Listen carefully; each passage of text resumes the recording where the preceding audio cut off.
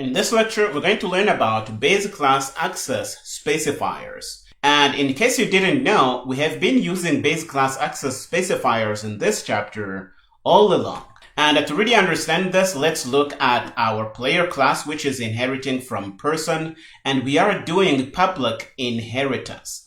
The public keyword here is a base class access specifier, and it is going to control how accessible are base class members from a derived class. And we have three options. Okay, so if we do public inheritance like we see here in our player class, anything that is public in the base class is also going to be public. You see M1 here is also public in the derived class. Anything that is protected is going to stay protected. And anything that is private in the base class is also going to stay private in the derived class. Try and take a moment to look at this again. The member access specifiers we have in the base class are going to stay intact if we do public inheritance. Again, anything that is public in base is going to be public in derived. Anything that is protected in base is going to be protected in derived. And anything that is private in base is going to be private in derived. This is one kind of inheritance we can do in C++, but we can also do protected inheritance.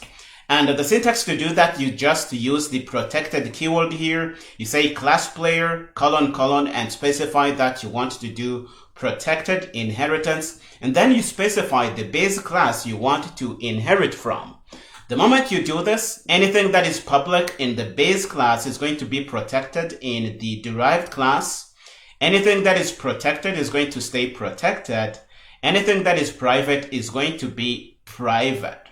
And in one way, you can see that we can use these base class access specifiers to constrain the access specifier in derived class. But we can't make the access specifiers in derived class more relaxed. We can only make things more constrained or more restricted. For example, the M1 member variable was public, but now we have made it become protected by using the protected base access specifier here. Okay, so now you know that we can do public and protected inheritance, but it is also possible to do private inheritance.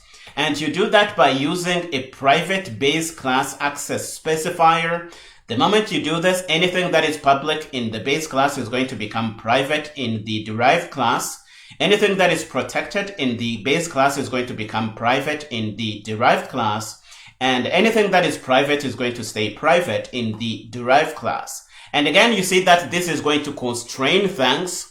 Things that were public are now private in derived, and we can't really do anything with them from any other class that might derive from our player class. So this is the setup we have. Okay, to sum this up, through the base class access specifier, we can control how relaxed or constrained is the access to base class members from the derived class. And this is really important to understand. If you want to say as relaxed as they are in the base class, you can use public inheritance. If you want to constrain a little bit, you can use protected inheritance, and things are going to be inherited as protected except for the private data in the base class. If you want things to be super constrained, you can use the private inheritance that we just learned about, and everything in your derived class is going to be private. And you can use this if it makes sense for the application you are designing. And you can use these kinds of features if they make sense for whatever application you are designing with C++. One thing you should know though is that regardless of the base class access specifier we use, private members of the base class can never be accessible from a derived class. So anything that is private is going to stay private, and you have no way to relax things a little bit. That's not going to work. You should really know this. Now that you know these kinds of inheritances we can do in C++, we're going to head over to the next lecture and play with them a little more.